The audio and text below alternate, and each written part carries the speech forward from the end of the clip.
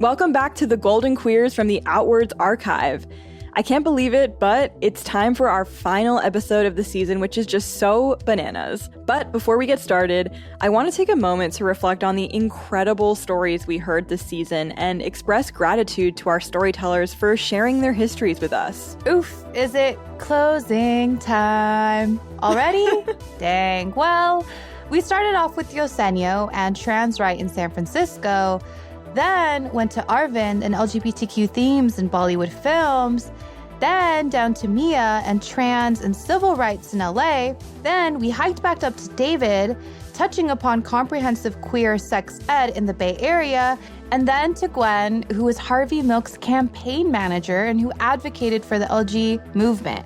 And finally today, well, M.R, I'll let you intro our final storyteller of the season. To end our fabulous first season run of the Golden Queers from the Outwords Archive, we'll hear from Jude Patton, an octogenarian and healthcare advocate for trans elders based out of Yuba City, California.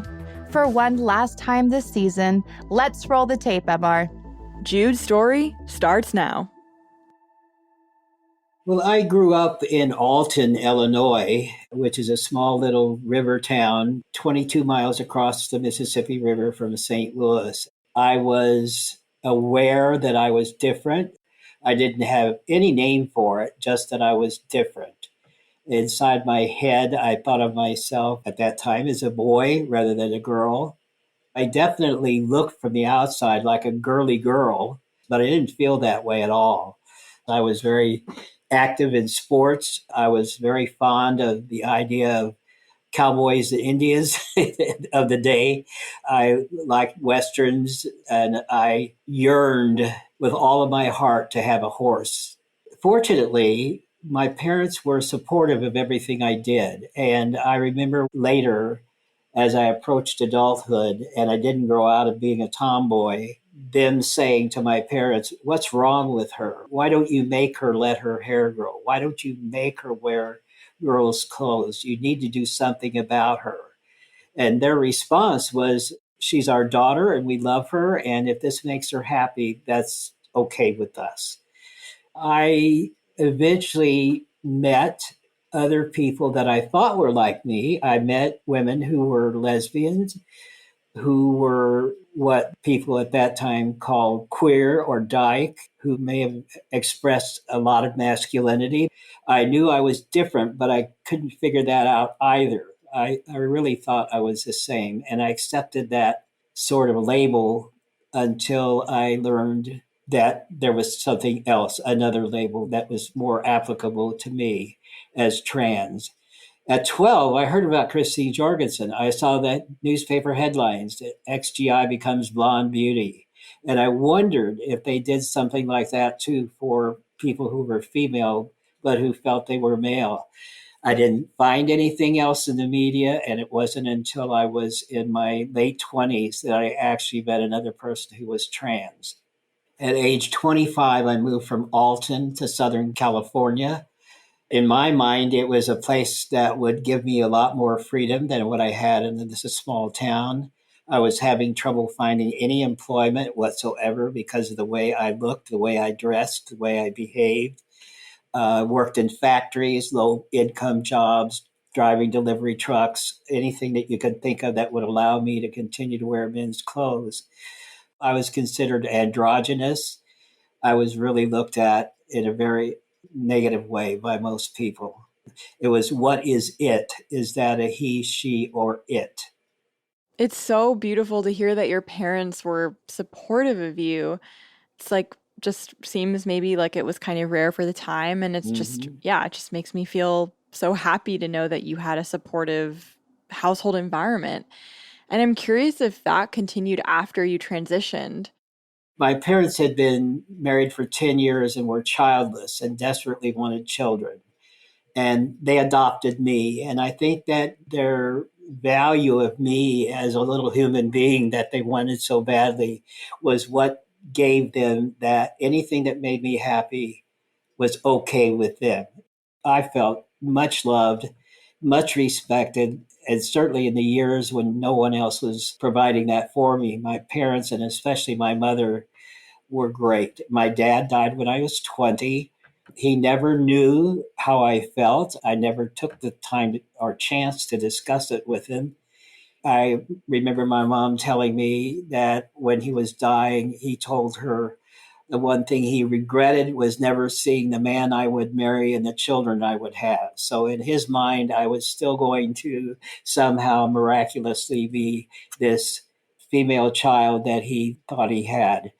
My mom, on the other hand, I waited until about 2 weeks before my surgical procedures were scheduled in 1970 to tell her about, about having sex change surgery. She says, "Oh, honey, won't that hurt?"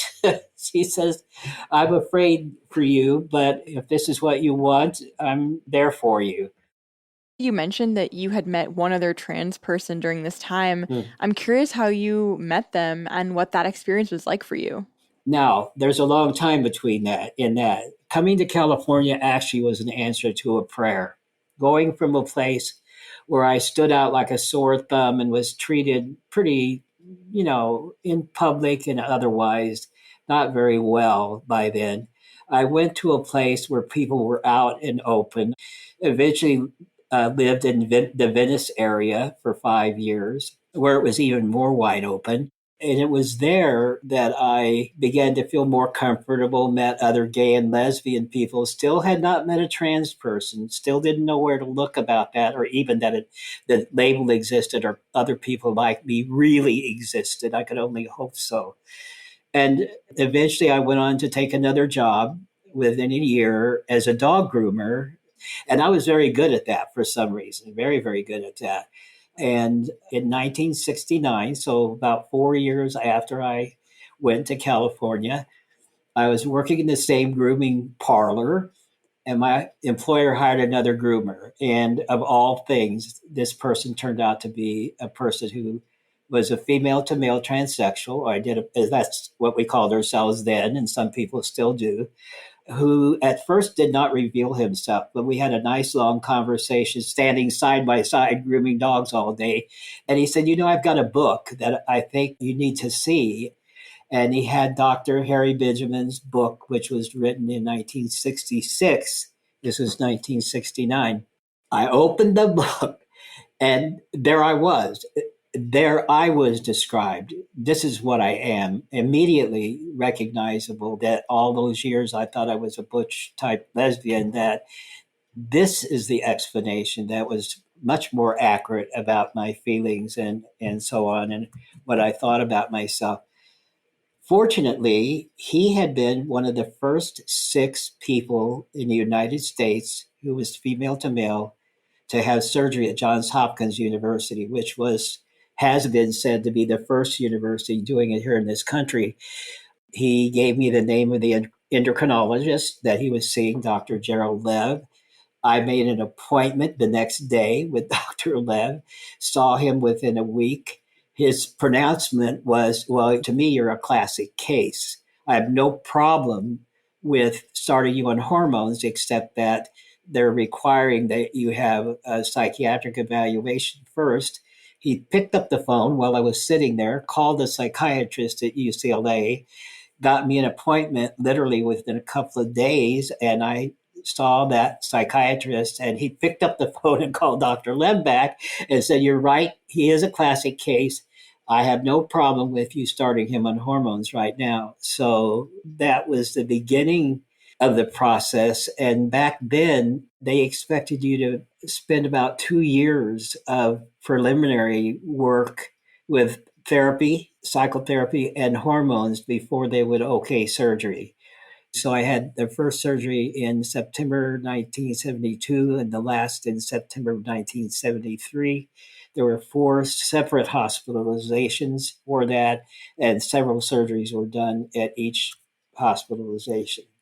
Wow, thank you so much for sharing this because this is like beyond incredible to hear because like I'm thinking about my friends who have had top surgery or face lasering and other gender affirming procedures. So just to hear that like in this time period where you were around our age or maybe even younger, you were able to have gender affirming surgeries, it just makes my heart swell. Do you think that at the time you realized how rare and significant this was? Or like what was going through your mind during this time? Actually, both thoughts were going through. I was amazed that after all this time, it was so easy that it just presented itself to me the way it did. And in many ways, trying to search the little I could in the libraries that were available to me in the Midwest. And I looked and looked and looked for more information and couldn't find it. And to find it then all of a sudden right in front of me, presented to me the way it was just amazing. Within a short time, I realized how rare it still was. And I realized that information wasn't very available to other people like me. And that started a lifetime of me trying to support other people who were feeling the same thing.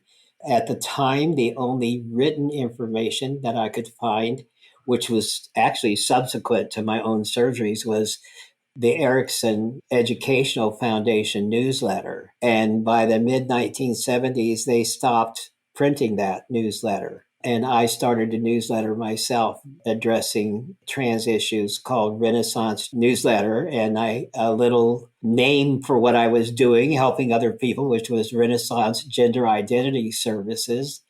I did the newsletter for about 6 or 7 years. It was pretty primitive. I was using a mimeograph at work to run off the copies of my newsletter, trying to pay for everything, the postage and stuff out of my own pocket.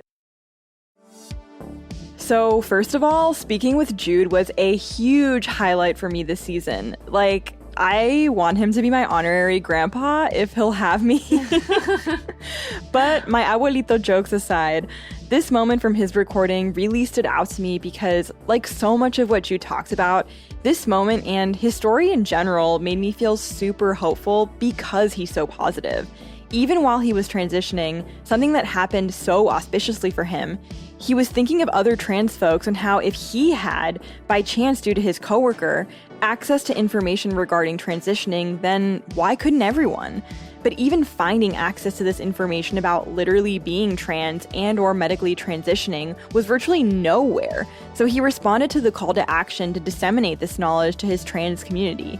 It makes me think back to Yosenio and Samia, both of whom respond every day to similar calls to actions for their community.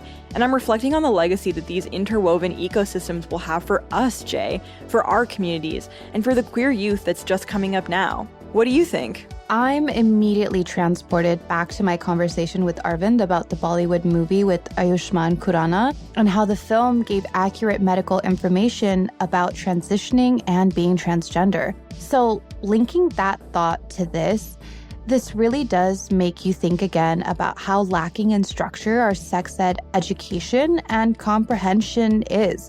I think it's through conversations like this, by amplifying these discussions, we can slowly grow an archive on lived experiences, on accurate medical knowledge and support. Folks like Jude and Mia must be revered for what they are, pioneers, in knowing that power lies within communities. And they must be applauded for their work within our community. I think those tuning in for the first time or returning listeners are already actively participating by wanting to educate themselves, by educating others, whether by sending this podcast to someone or talking about it with their friends and family. To be quite honest, I think the queer youth right now and after us can take on literally anything. I could not agree more. And I take for granted how easily accessible information is with the internet. And even more so now than when we were in high school. But even then, we had resources that Jude didn't have, both to create community and learn about our own identities. There's so many ways to get information out there through zines and art and music and podcasts. But back in the 60s and 70s, imagining Jude with a Xerox machine sending out copies of his newsletter warms my little gay heart. You know, honestly, I forgot Xerox machines were even a thing. Sorry. Well, it's a good thing that we work with audio, my dude. Now, back to Jude. My entire family, outside of my mom, my brother, was my chosen family. That family was gay men and lesbian women. And guess what happened when I became a rotten old man? as far as the lesbian women were concerned. I was now Persona non not grata.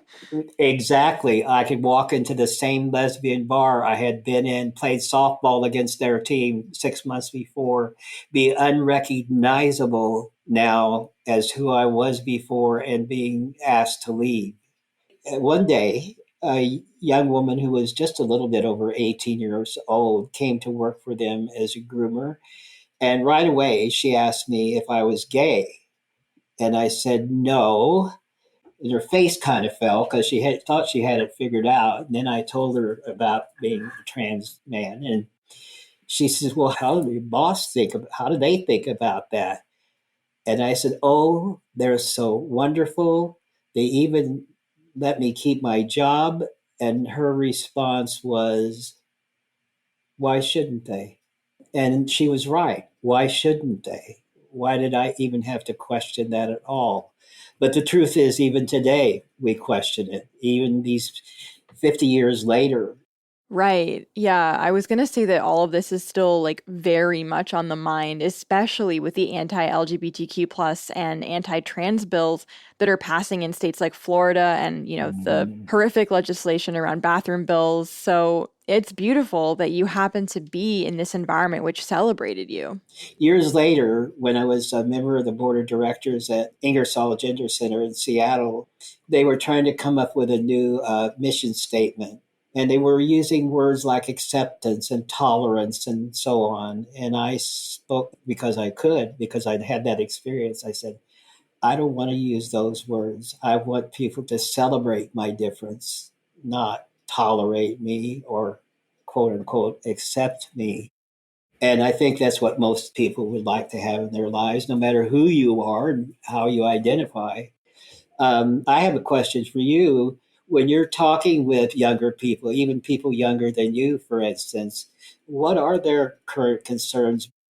I can only speak for myself and for my peers, but I think that a lot of it has to do with intersectionality because folks these days, I think even 10 years ago when I was first realizing that I was queer, I feel like when you first start thinking about different parts of your identity when you're younger, you're kind of like boxing in or compartmentalizing other parts of your identity and focusing solely on like whatever that one thing is in that moment that feels really important. So for a while, when you're first experiencing and celebrating your own identity, you're kind of like fighting against these heteronormative confines and systems, at least in regards to queerness, that you've been put in your whole life. And so then all of a sudden there's this rupture and you're feeling very differently. So I see a lot of interplay and like intersectionality for queer kids and BIPOC kids and folks of color who are celebrating like our heritage and ancestry and languages and all these things that like I remember being made fun of, especially like my mom being from Central America and when I was in school and knowing how to speak Spanish. Like I did have some shame around speaking Spanish in school, even though I'm white. Until I got to high school, there was this Spanish for native speakers class where I was like finally around other kids who had similar experiences to me. And that was really affirming. And there were like maybe 10 of us in the whole school, and we got to have that experience in school together. But we weren't also talking about being queer because at the time in my high school, like that wasn't a thing that was being talked about. And so now, of course, I know that a lot of us in that class are queer, but I think that at the time there wasn't the celebration of intersectionality. And so now, like, I think folks just really want to be fully seen for who we are as opposed to being perceived for just one part of our identity. Because at the end of the day, we are all an amalgamation of all of our parts, not just one of our parts. One of the most interesting things to me, and yet the most troubling thing to me, is that my age as an intersection is more of a hindrance for me than my gender ever was. That I am not seen at all because of my age. I am looked through, looked past, as if, again, I don't exist. So it's bothersome, but this is, at the same time, I'm glad I'm still alive. The alternative would be worse, I think. And I think we do have a lot to share with each other. You don't want to make the same mistakes twice. And when older people reach out or they're asked, I try not to give advice or unless I'm asked. And even then, people are going to do what they're going to do. I've learned that as a therapist too. When I work as a therapist, when people are ready to change, they will. But it is true that we become invisible as we age. And again, it's based on a certain appearance. If I could reappear in the guise of a younger person, somehow wear enough makeup, perhaps get my hair back a little bit and get rid of the gray. On the other hand, I can always find a job. I've just been offered 3 jobs as a physician assistant in psychiatry, and part of it with that is people want experience. If I'm 40 years old or 60 years old, or let's say between 25 and 60, which most people coming to therapy are, I want a person that I think has experience, that comes with age, that comes with experience, to be my mentor and my counselor. Certainly, almost any other job, I would have the opposite. I would be discriminated against just because of what I look like. And they'll call it something else, but Sure, yeah. Well, that's an interesting point because I agree that, traditionally we've looked towards elders or folks that are older than us for that wisdom or that experience. But what if we had somebody with your experience partnered with like an 18-year-old or a 22-year-old, and together you might be able to create something entirely new because you're combining your decades of experience and with somebody who's in their 20s. They can't possibly have that experience just by virtue of not being alive as long. But the younger person has all of these new ideas and they're very excited and have new ways of thinking. And if they were paired with a person who had been potentially doing something for decades, then maybe something entirely new could come up. And speaking of doing something for decades, I'm curious to hear more about what you've been working on to support trans folks of all ages, but especially elders through the last few decades. Initially, in 1979, when the Harry Benjamin Gender Dysphoria Association was formed, I was the only out trans person on that board of directors at that time and remained so for many years. And they invented the first standards of care then. It was written by Paul Walker, and it was only 2 pages long. In the 42 years since the standards of care have been in existence, at no time have they had any standards of care for elder people. Nothing, nada, zip, zoom. For the last 15 years or so, I've been advocating strongly to them, to their board of directors, to do something about changing the standards of care to include elders. And this year with SOC 8, they still have it. What they've done is, instead of agreeing to have a separate section focused on that, is that, oh, well, we'll just slip in some words applying to that in all of the other sections where it might be appropriate. So they're putting a few words in a couple of places. They still haven't done it. I'm still lobbying. But about a year ago, I got a phone call from Johnny, who's on the board of directors for US Path. And they were forming a subcommittee to their clinical committee that's actually on elder care. They asked me to be the lead for that committee. And I've deliberately asked a younger person who's probably in their late 30s or early 40s to be my co-lead for that, knowing that literally at my age, I may not be around as long as I want to be to participate. So Ethan Cicero, who's an RN PhD in Ohio at Emory University, is my co-lead for that committee. We've been asked just recently to develop a GEI course, which is a WPATH course for training people who are professionals about certain aspects of helping people with gender identity issues. We've been tasked with creating one on elders for our workshop, and we're busy working on that now. I am excited as hell. This is what I wanted to do for some time. I'm glad I'm part of it. That's so amazing. And I want to congratulate you for being asked to lead as part of this initiative. It sounds really powerful and like you actually have the possibility of making real change. And I'd like to know, given that you've been tasked with making changes in the way that we view trans healthcare for elders, what are your goals for 10 or 20 or 30 years from now in terms of how trans folks are being cared for medically and especially in end-of-life care?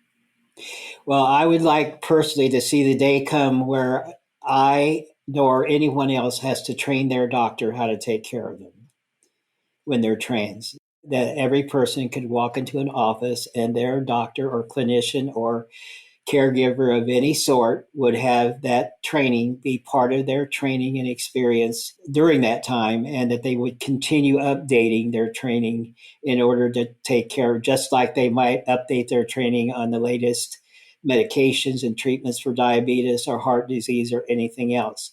The other thing I'd like to see personally is that only about 25% of our people have completed their end of life documents. And we have special needs, and that goes for LGBT people, not just T people, that we need to write into our documents and have notarized. And then to realize that even those documents, while we think of them as being quasi legal, no one's bound by them to follow them. And who do you trust with these documents once you have them written up to be that person that will actually follow up your requests? For instance, in which I was guilty. I helped my mom write up her documents. I knew exactly what she wanted. We spent a long time discussing them before she got dementia. And yet, when she was dying and was at that time in a nursing home temporarily because she just come out of a surgery, was in there for rehab, they called me from the nursing home saying, she's dying. You need to get over here as quickly as you can. And I did get there before she passed.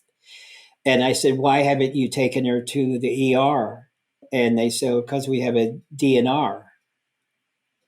I couldn't manage it. I got called an ambulance and had her taken to the hospital. And she was bleeding out internally. And the kindest ER doctor, when I was there, said, it would be so invasive for us to find out what's going on, and we won't save her. Don't put her through this. But I found that even I couldn't bear to do everything that I possibly could to keep my mother alive. So I am not necessarily willing to trust that someone would do that, carry out my wishes either. So what I've been doing in my private practice is I've become what's called a death doula, an end of life doula, where I'm accompanying people when they ask me to a hospital, to a nursing home, to doctor's appointments, helping them make all these end of life arrangements. So much of what I do is pro bono. Many of our folks don't have, it's hard for me to charge somebody anyway. The best I could ever hope for is someone who would be wealthy, who realized the importance of the work and might make a donation or set up a foundation to support me and other people in that work. But beyond that, it's such a need. And we all have friends we could do that for, whether our friends are gay, straight, trans, or otherwise. That's where I see the importance of forming alliances with younger folks who possibly would understand us more because they share the experience of being trans and the same kinds of elements of fear and the same kinds of consequences if they don't get the help they need. How to do that, I don't know. It's so beautiful. And yeah, thank you for sharing a little bit about the experience you had with your mom, because I can totally see how being in that situation would affect your ability to make what you might have thought to be the rational decision, rational in quotes, before it's actually happening to you. So thank you for that perspective. And as we start to wrap things up today, I'm wondering what messages you would want to leave for younger queer and trans folks. And if you could talk to yourself at my age today, what would you like to say? I would have told myself not to worry, that my life was going to be okay, that I would not have to worry about always being treated the way I was, that I would be able to have a wonderful life at some point. The other thing I would tell a younger person is education. I don't care. If you don't think you have the capacity for higher education, test yourself, because you probably do. If you just don't want it, and that's not your idea of the career you want, it is important to have a career in which you can support yourself, at least as an individual, as a single person. Don't count on having a partner who's going to share in that. And, find something that allow you a good career with benefits so that you can have a life that you might choose otherwise. And today, I couldn't have told you then because it didn't exist. But today, there is no excuse not to be educated. We're on a medium that provides education, whether you want it or not. The other is don't just work on your intellectual IQ, work on your emotional IQ. That's what makes you the human being you are. Man, what a journey that was, MR. Thanks for leading that one. No, thank you for your glorious wisdoms and belly laughs every single freaking day, my dude. Holy smokes, I can't believe this is our last episode. I don't want this to end. I know. It was such a fun roller coaster with you, Jae. Not only were we in conversation with visionary queer elders, but you and I also became familia, and that's so special to me. I adore you. You know this. I could say it's because Leos and Aquarians are sibling signs, but... Nah, it goes deeper. I myself really couldn't have asked for any better co-producer to be on this journey with. I will never forget.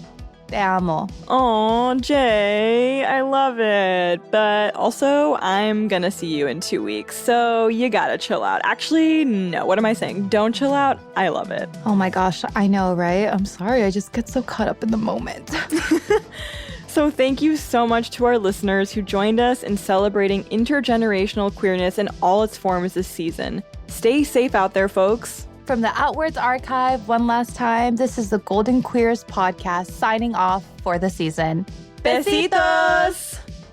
The Golden Queers is produced, hosted, and edited by Jae Singh and M.R. Raquel, with music provided by Karl Casey at White Bat Audio.